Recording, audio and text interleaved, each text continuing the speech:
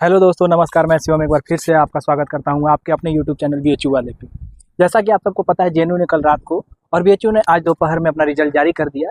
तो आज हम बात करने वाले हैं उन विद्यार्थियों से एक टॉपर टॉक के सीरीज में जिनका जेएनयू में एडमिशन हो गया है और अच्छे नंबर से और अच्छे रैंक के साथ हुआ है। तो आज हम बात करेंगे सबसे पहले टॉपर टॉक के इस सीरीज में विशाल से, जिनका मॉडर्न हिस्ट्री में हुआ है और इनका कितना मार्क्स है, इन्होंने कैसे तैयारी करी और क्या-क्या इनका रणनीति था जिससे इन्होंने टॉप रैंक हासिल किया और जेएनयू जैसे एक बड़े विश्वविद्यालय में अपना सीट उत्तीर्ण किया। तो पहले आपका स्वागत है, बहुत-बहुत धन्यवाद भैया। आप सबसे पहले हम तो ये जानेंगे कि आप अपने बारे में कुछ हमारे दर्शकों को और हमें पहले बताएं। मेरा नाम विशाल कुमार भारती है और मैं यूपी के ही गोंडा डिस्ट्रिक्ट का रहने वाला हूँ और वहीं से मेरा 10th एंड 12th की पढ़ाई हुई। उसके बाद 2021 में यहाँ पे बीएचयू में बीए ऑनर्स में एडमिशन लिया और अभी ये लास्ट ईयर चल रहा है, लगभग कंप्लीट हो गया सारा सेमेस्टर एग्जाम्स और उसी के बीच में ये सीवीटी पीजी वाला सर तैयारी करवा रहे थे, तो उन्हीं के थ्रू इंटरव्यू मतलब एग्ज़ाम दिया और फिर अच्छा रहा। अच्छा, आपका ऑनर्स क्या था? हिस्ट्री में हिस्ट्री था या फिर कोई और सब्जेक्ट था? आप हिस्ट्री का एग्जाम दिया, आपका हिस्ट्री में जेएनयू में एडमिशन हुआ, तो आपका ऑनर्स हिस्ट्री था या कि कोई और सब्जेक्ट था? नहीं भैया, हिस्ट्री ही था। अच्छा, हिस्ट्री प्योर ऑनर्स, हिस्ट्री से हाँ ही था। Pure history. तो मैं आगे आपको सबसे पहले तो मैं आपको बधाई देना चाहूँगा कि धन्यवाद भैया। आपने इतने बड़े विश्वविद्यालय जैसे आपका, और सारे विद्यार्थियों का एक सपना होता है जेएनयू जैसे एक बड़े विश्वविद्यालय में पढ़ने का, तो आपका वो सपना पूरा हुआ। तो अभी आपको कैसा लग रहा है? आपका घर का क्या माहौल है और क्या, कुछ बताइए? भैया सब लोग बहुत खुश हैं, बाकी हम तो बहुत ही खुश हैं क्योंकि लगातार लगभग 5-6 महीनों से जेएनयू का ही बात चल रहा था। जब से हमने प्रिपरेशन स्टार्ट की, क्योंकि लगभग सबका होता है, कोई भी अगर पीजी करना चाहता है, थोड़ा सीरियस है, तो यही चाहता है कि कोई ऐसी यूनिवर्सिटी मिले जहाँ पे सारी चीज़ें अच्छे से अवेलेबल हो। और जेएनयू जैसे वो दिल्ली में है, वहाँ पे सारी फैसिलिटीज़ बहुत अच्छी है, उसके अलावा भी मतलब उसका नाम ही बहुत काफ़ी है। तो जब से हमने मतलब वही लगभग जनवरी 2 या 3 से सर ने क्लासेस लेना स्टार्ट कर दी थी।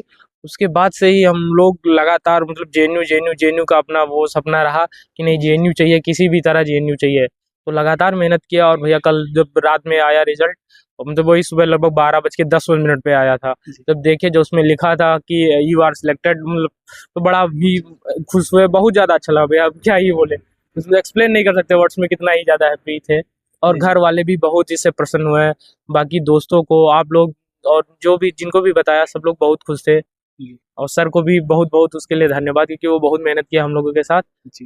जी। जी, सबसे पहले तो आप ये बताइए कि आपका कितना मार्क्स ऑल इंडिया में था और सीवीटी में कितना नंबर था और जेएनयू में आपका कौन-सा रैंक है और कितना नंबर है? आप ये बताइए। अ, जो सीवीटी के थ्रू एनटीए के थ्रू दिया गया था रिजल्ट, उसमें 202 मार्क्स थे मेरे जी, और उसमें शायद 47th या 48th रैंक ऐसे कुछ आ रही थी। जी, उसके बाद जब वो अप्लाई किया सारा कुछ, और फिर क्योंकि मैं ऐसे क्वार्टाइल से आता हूँ जहाँ पे 3 डिप्रीवेशन पॉइंट मिलता है, तो कुल मिला के 211 मेरा मार्क्स हो गया था।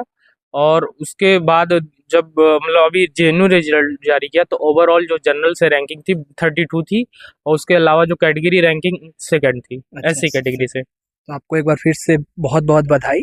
आपने इतना अच्छा नंबर स्कोर किया और फिर एक बड़े विश्वविद्यालय में आपका पढ़ने का एक सपना पूरा हुआ। तो मैं सबसे पहले आपको आपसे ये पूछना चाहता हूँ कि एक टॉपर का क्या शेड्यूल होता है? आखिर वो कैसे पढ़ते हैं और कितना पढ़ते हैं कि वो एक टॉपर बनते हैं और एक टॉपर लिस्ट में आते हैं? तो आप उसके बारे में बताइए। या ये है कि टॉपर का कोई ऐसा कुछ खास स्टार्टिंग में तो नहीं होता, क्योंकि कहाँ ही किसको पता कौन टॉपर रह रहा है। स्टार्टिंग में सब लोग वही मेहनत शुरू करते हैं, कोई थोड़ा ज़्यादा डेडिकेशन दिखाता है, थोड़ा ज़्यादा मेहनत करता है और थोड़ा अच्छा कर लेता है, क्योंकि किसी की कैपेसिटी भी अच्छी होती है जी, उन चीज़ों बिल्कुल। को टैकल करने की। तो हम लोग का ये था कि स्टार्टिंग में तो कुछ खास नहीं। जब जनवरी में हम लोग की क्लासेस शुरू हुई सर के मार्गदर्शन के हिसाब से, यहाँ बीएचयू में ऑफलाइन क्लासेस होती हैं, तो जब स्टार्ट हुई तो धीरे-धीरे हम लोगों ने उसको पढ़ना चालू किया, जो-जो सर बताए कि ये बुक लेना है, इस बुक से इतनी इतनी तैयारी करनी है, इसको 2 घंटे पढ़ने हैं, इसको 3 घंटे पढ़ने हैं। जैसा-जैसा सर ने मार्गदर्शन दिया वैसे हम लोगों ने पढ़ाई किया, क्योंकि उस समय हम लोग के लगभग 5th सेमेस्टर के सेमेस्टर एग्ज़ाम्स हो रहे थे। तो उतना तो नहीं वो हो पाया, लेकिन लगभग 15-20 दिनों बाद जब खत्म हुए, तो हम लोगों ने पूरा फ़ोकस्ड होके उस पे पढ़ाई चालू की। सर ने उसको जो पहले 2 घंटे 3 घंटे था, उसका एक्सटेंशन किया, लगभग 7 से 8 घंटे किया। फिर धीरे-धीरे 10 से 12 घंटे भी उसको बढ़ाया गया हाँ जी, मैं अभी इसके बारे में आपने बताया कि उस समय 5th सेमेस्टर आप लोग का शुरू हो चुका था। फिर 5th सेमेस्टर का बोले तो एग्ज़ाम होने वाला था। एग्जाम। तो आपको सेमेस्टर से कितना हेल्प मिला सर? क्योंकि जो पूछता है एनटीए चाहे सीयूईटी वो तो सेमेस्टर के बाहर के कोर्स ऐसा तो नहीं है कि पूछ सकता है या नहीं पूछा होगा। तो सेमेस्टर से कितना पढ़ना ज़रूरी है और आपने सेमेस्टर से जो पढ़ा था क्या वो हेल्प हुआ? भैया ये अगर देखें कि जो बीएचयू का बना है सिलेबस बहुत अच्छा है इस सब के लिए। कोई भी जी, कॉम्पिटिटिव एग्जाम जैसे जिसको यूपीएससी तक भी देना है, अगर वो लगातार बीएचयू के अपने कॉम्प्रिहेंसिव तरीके से सिलेबस पढ़ रहा है तो उसका बहुत ही हेल्प हो जाएगा। तो हम लोगों ने यहाँ से जब आए तभी से लगभग उस चीज़ को समझना और पढ़ना चालू कर दिया गया था कि तो सिलेबस बहुत अच्छा है। और फिर फाइनल में जाके जब हम लोग का 5th सेमेस्टर रहा उसमें 3-4 पेपर ऐसे थे जो मॉडर्न इंडिया से मतलब रिलेट कर रहे थे, और 1-2 एनसीईआरटी मेडिकल का भी था, जिससे मतलब पूरा बहुत ज़्यादा हेल्प मिली। और सर उसको बहुत बेहतर तरीके से क्लास में भी पढ़ाए थे, और कई मतलब सभी लोगों द्वारा अच्छे से समझाया गया, पढ़ाया गया, तो उससे भी एक हिसाब से मतलब वो चीज़ें समझने में, टर्मिनोलॉजी समझने में, जो कॉन्सेप्ट से समझने में बहुत आसानी हो गई। हाँ जी। जैसा कि सबने एक बात कहा कि सर ने इतना पढ़ाया, सर ने ऐसे बताया। क्या सर कुछ एक्स्ट्रा भी पढ़ने के लिए कहते थे? कुछ एक्स्ट्रा बताते थे ऐसी कोई चीज़? नहीं, कुछ ऐसा खास नहीं, वो सिर्फ बताते थे कि आप ये बुक ले लीजिए, इससे इतना पढ़िए, आप जितना मैक्सिमम हो सके पढ़िए। और फिर आप लोग का जो बीएचयू वाले वो कराते थे टेस्ट सीरीज, उससे भी लगातार हम लोग जुड़े हुए थे।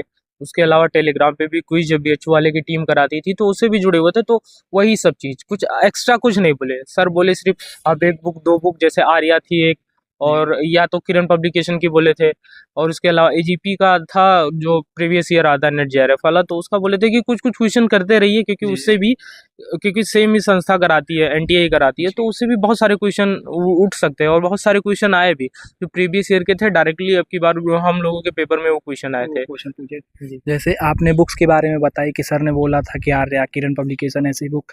तो और भी आपने कुछ अलग से पढ़ा था इसके अलावा बुक्स के अलावा? क्या अलग से कोई ऑनलाइन कोर्स खरीदा था या कोई टेस्ट सीरीज़ जो सर के द्वारा कराई जाती थी या फिर जो टीम के द्वारा कराई जाती थी उसके अलावा आपने एक्स्ट्रा कुछ पढ़ा था या कुछ लिया था अपने से? नहीं भैया, एक्स्ट्रा कुछ खास नहीं, बस एक बुक थी जो मतलब चैप्टर वाइज क्वेश्चन प्रैक्टिस जी, करने के लिए थी, वो सौरभ चौबे की बुक थी। जी, जी। उनकी है इतिहास की ही पूरा, तो उसमें एक्सप्लेनेशन के साथ क्वेश्चन अच्छे से दिए गए थे, जो प्रीवियस ईयर में यूपीएससी में आए हुए या पीसीएस में आए हुए, जो भी स्टेट पीसीएस, उसमें सारे में मतलब एक्सप्लेनेशन के साथ बहुत अच्छे से वो सब किया गया था।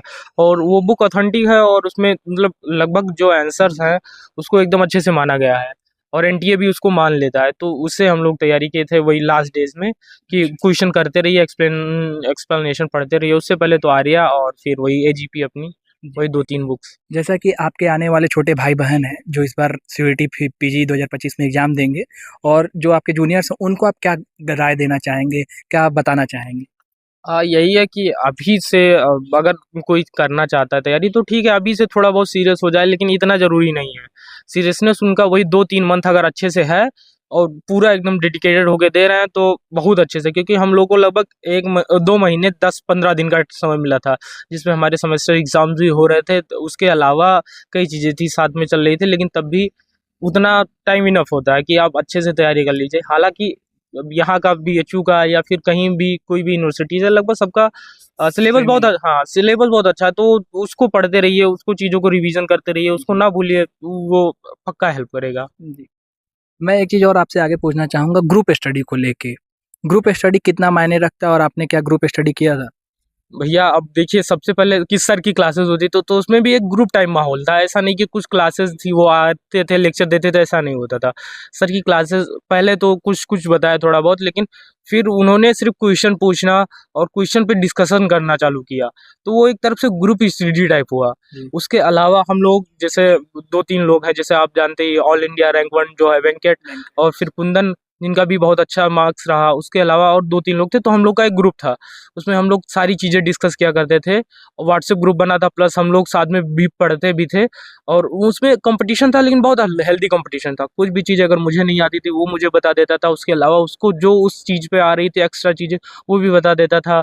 मुझे कुछ आ रही थी मैं भी कर देता था। तो ग्रुपिंग बहुत ज़रूरी है।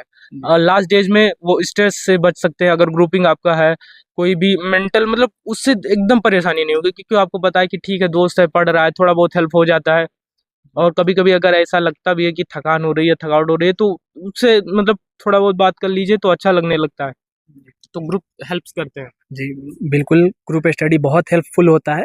अगर वो ग्रुप आपका पॉजिटिव है तो एक ग्रुप स्टडी बहुत ही हेल्दी और बहुत ही एक अच्छा कंसेप्ट माइंड में बैठता है। देखिए, ये जो भी रिजल्ट आज है वो आपके मेहनत के कारण है। जो भी आपने आज ये परिणाम पाया वो आपने बदौलत अपने मेहनत के। लेकिन फिर भी एक कहीं न कहीं होता है कि किसी न किसी को एक आप श्रेय मानते हैं। किसी के बारे में आप ऐसा कुछ बताना चाहेंगे कि आपको जो सबसे ज़्यादा मोटिवेट किया अगर आपके लोअर टाइम में और फिर ऐसा डिमोटिवेट होते थे? सबसे बड़ी बात है कि हमारे जो गुरुजी थे सत्यपाल सर, उनका मार्गदर्शन इतना अच्छा था और उनका ऑरा आप बोल सकते हो कि इतना है कि उनके अगर आप आस-पास रह रहे हैं ना तो इतना पॉजिटिविटी से भरे रहेंगे कि आपको कोई समस्या ही नहीं होगी। कोई भी दिक्कत होती है तो कहते हैं हम हैं, आप काहे परेशान हो रहे हो? कोई भी समस्या हो आप हमसे मिलिए, हम उसका सॉल्यूशन देंगे। उनका ऑरा इतना भी पॉजिटिव है कि मतलब मोटिवेशन अगर आप लगातार उनके कॉन्टैक्ट में हैं तो मोटिवेशन को आपको कहीं ज़रूरत ही नहीं है। मतलब वो खत्म ही नहीं होती, हमेशा आप मोटिवेटेड रहेंगे। चाहे आप 10 घंटा पढ़ाई कर लीजिए, 15 घंटा, तब भी आपको ना थकावट होगी, ना थकान होगी, ना कुछ नहीं। इतना ही अच्छा उनका मतलब हँसमुख चेहरा और सारी चीज़ें हैं, तो मतलब ऐसा कुछ ख़ास नहीं। बाकी हम लोग का ग्रुप ही था और कभी-कभी अगर कुछ ज़्यादा लग रहा है स्ट्रेस या फिर तो कोई दोस्त ऐसा रहा कि जिससे बात कर लो, थोड़ा बहुत रिलैक्स कर लिए या फिर घर पे वही कुछ-कुछ चीज़ें शेयर कर दो, कुछ-कुछ बता दो कैसे तैयारी हो रही है, तो हो जाता था। तो ये थे हमारे साथ विशाल, जिनका जेएनयू में एडमिशन हो गया, जिनका जेएनयू में कैटेगरी से 2nd रैंक है और ऐसे ऑल इंडिया में 39वां रैंक है, नहीं, 32वां रैंक है, सॉरी। तो मैं इनको बहुत-बहुत बधाई देता हूँ। अभी आपको यहीं नहीं रुकना है, अभी बहुत आगे जाना है, ये तो पहला है। तो ऐसे ही और इसके अलावा कोई नहीं। हाँ, इसके अलावा आप क्या बोलना चाहते हैं बताइए? इसके अलावा जैसे गुरुजी तो थे, उसके अलावा जो टीम बीएचयू वाले थी, उन्होंने भी सहयोग किया, जिसमें आप राज भैया, सानू दीदी, प्रभाकर भैया और भी कई लोग, कुछ-कुछ नाम भूल रहे हैं, लेकिन सब लोगों ने बहुत ही ज़्यादा सपोर्ट किया। स्टार्टिंग से लेके उन्होंने जैसे राज भैया ने टेस्ट पेपर बनाना चालू किया, आपने भी उसमें बहुत ज़्यादा सहयोग किया। उसके अलावा शानू दीदी भी कोई अगर चीज़ें नहीं समझ में आती तो वो अच्छे से एक्सप्लेन कर देती थी। उसके अलावा भी सारे लोगों ने बहुत ज़्यादा, प्रभाकर भैया ने भी, जैसे बाद में ऐसा कर दिया गया था कि कुछ बच्चों के लिए, जैसे जिनका वीक है उनको एक स्पेशल टाइप समझो वो बना दिया गया था कि ये इनके अंडर में एक सब्जेक्ट दे दिया गया था तीनों लोगों को कि आप लोग अलग-अलग पढ़ाएँ, एंशिएंट पढ़ाएँ, मॉडर्न। मॉडर्न पढ़ाए, तो उससे भी बहुत हेल्प मिली। तो वो लोग भैया लोग मतलब हमेशा से ही इतने सहयोगी थे स्टार्टिंग से ही, और मतलब पूरा उनका बहुत सहयोग रहा इसमें। मतलब मैं उनको भी बहुत ज़्यादा श्रेय देना चाहूँगा सर के साथ। बिल्कुल, बहुत-बहुत धन्यवाद। इसके लिए ये सीख हम लोग को सर से ही आई है कि हम लोग को यहीं नहीं रुक जाना। अगर हमारा काम हो गया है, तो हमें यहीं अपना समझ के नहीं खत्म कर देना है, हमें आगे बढ़ना है और जो अपने आने वाले जूनियर्स हैं, जो अपने आने वाले के बाद वाले बच्चे हैं, उनके साथ मेहनत करना है और आगे बढ़ना है। तो इसलिए हम लोग सर के नेतृत्व में ही ये सब काम कर रहे थे और सर के बताए हुए रास्ते पे ही चल रहे हैं। तो आपका बहुत-बहुत धन्यवाद विशाल, हमसे जुड़ के बात करने के लिए। और ये थे विशाल, ऐसे ही और भी हम टॉपर शॉप से बात करेंगे। तब तक के लिए आप हमारे चैनल पे बने रहें, लाइक, सब्सक्राइब करना ना भूलें। धन्यवाद।